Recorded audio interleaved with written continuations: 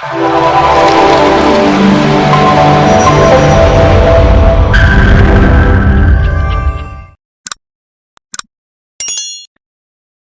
Nasoro anajulikana, ni kati ya wazee ambao kwanza walikuwa na hekima kubwa, lakini alikuwa msaada sana kwa chama, kwa mawazo na kwa uzoefu wake. Kwa hiyo ametutoka, tunamwombea kwa Mwenyezi Mungu, lakini amefanya mambo makubwa. Kama binadamu siku zake zimeisha kwa mpango wa Mwenyezi Mungu, lakini tunategemea wanatabora wengine kwa wingi huu tuliouona, manake tunaamini wataendeleza yale yote mema mengi ambayo Mzee Nasoro alikuwa akiyafanya, sio tu kwa Tabora lakini hata kwa Tanzania nzima. Kwa chama kama chama ni pengo kubwa. Kumsindikiza mzee wetu katika safari yake ya mwisho, kwangu mimi nafasi maalum na pekee sana. Kama unakumbuka kwamba siku mbili zilizopita nilikuwa Tabora, lakini nilazimika kurudi tena kwa sababu laiti ningebaki huko nilipokuwa, basi huenda nafsi yangu ingemtesa maisha yote kutokana na nafasi ambayo mzee alikuwa nayo kwangu. Mzee Nasoro ndani alikuwa ni wa wote, kama ambavyo tumesikia hapo wazungumzaji mbalimbali wakizungumza, kila mmoja kwa nafasi yake alikuwa anakiri kwamba mzee huyu alikuwa na nafasi kwake. Alikuwa mfariji, alikuwa mlezi. Kwangu mimi alikuwa ni darasa. Kwangu mimi alikuwa ni darasa. Pale Kiloleni kwenye gereji yake, kwenye ofisi yake, alikuwa ni kijiwe changu, mahali pa kwenda kuchota maarifa, busara na hekima kutoka kwa mzee huyo. Kwa hiyo ilikuwa ni utaratibu wa kawaida katika maisha ambayo niliishi hapa Tabora, kufika nyakati za jioni nikishamaliza shughuli zangu za serikali, nafika pale Kiloleni, tunakutana na wazee wengine. Kama unavyojua mimi marafiki zangu wengi sana walikuwa ni wazee, kwa utakutana na wakuu wa mikoa, utakutana na marafiki wa wilaya, viongozi wa chama. Tukikaa katika kijiwe kile, tukipata kahawa pamoja, tukipata machungwa, tukipata karanga, huku tukizungumza mambo mbalimbali ya nchi, tukijadiliana masuala mbalimbali ya kijamii. Kwa hiyo ilikuwa ni sehemu ambapo mimi binafsi kilikuwa ni kijiwe changu cha kuchota maarifa, na mzee huyu alikuwa kwangu mimi alikuwa ni mshauri.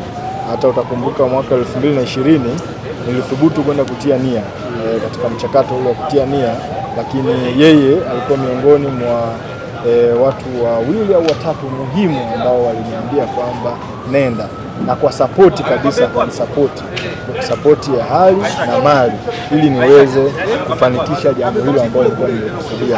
Na aliniambia kwa uwezo wako unaweza ingia kwenye huu mchakato. Kwa unaweza kuona kwamba ni mtu ambaye ameshiriki katika maamuzi yangu makubwa ya kimaisha na katika masuala mbalimbali ya kiongozi, na saa zake, ushauri, hekima zake. Kwa hiyo ni mtu ambaye kwa kweli tutamkumbuka sana. Anaweza kaonekana katika macho ya kibinadamu kwamba hatupo naye duniani, lakini mimi nathubutu kusema ataendelea kuishi katika mioyo yetu. Ataendelea kuishi na ataishi milele, kwa sababu ataishi kwa milele. Kwanza kabisa tuna masikitiko makubwa kwa msiba huu wa leo wa mzee wetu Nasoro, ambaye tumekuwa naye kwenye chama kwa miaka mingi na wasifu wake umeongelewa sana. Lakini kuhusiana na swali lako kuhusu dada yetu Munde Tamu, kwa kweli tumepata pigo kubwa sana. Munde alikuwa ni mtu wa watu, alikuwa ana mapenzi na wananchi na wanachama, lakini pia alikuwa anaitetea sana mkoa wetu wa Tabora pindi akiwa mbunge wa Viti Maalum, lakini pia kama mneki kutoka mkoa wa Tabora.